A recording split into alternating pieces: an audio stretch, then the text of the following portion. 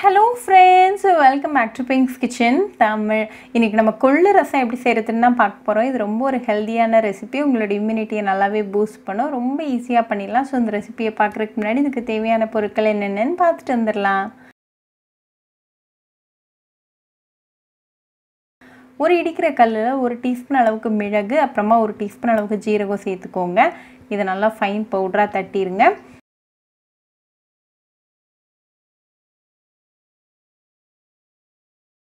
இது கூட ஒரு 10 பல்லு பூண்டு, கொஞ்சமா கருவேப்பிலை இலைகள், அப்புறமா ஒரு பச்சை மிளகாய் சேர்த்துக்கோங்க. அத நல்லா இடிச்சிருங்க. இதே ரெடியா வச்சுக்கோங்க. இப்போ ரசம் எப்படி செய்யறதுன்னு பார்த்துடலாம். ஒரு மண்பானையை சூடு பண்ணிக்கோங்க. அதில் 1 டீஸ்பூன் அளவுக்கு எண்ணெய் சேர்த்துருங்க.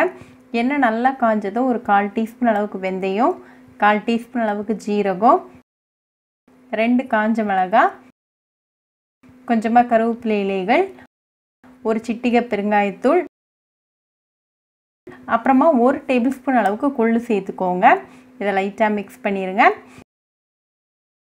இப்போ இது கூட நம்ம இடித்து வச்சுருக்கிற அந்த இன்க்ரீடியன்ட்ஸ் 2 பழுத்த தக்காளி பொடிசாக கட் பண்ணது,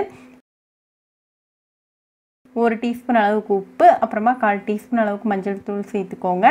இதை நல்லா கலந்து விட்டுருங்க. தக்காளி நல்லா மசிஞ்சு வேற வரைக்கும் நல்லா கலந்து விட்டுக்கோங்க.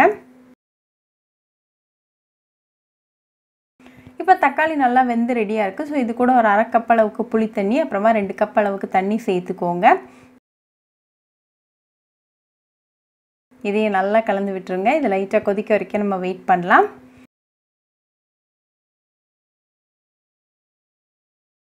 இது லைட்டாக கொதிக்க ஆரம்பிச்சதும் கொஞ்சமாக கொத்தமல்லி இலைகளை மேலே தூவிட்டு ஃப்ளேம் ஆஃப் பண்ணிடுங்க. இப்போ நமக்கு சுவையான கொள்ளு ரசம் சூப்பராக ரெடி ஆயாச்சு.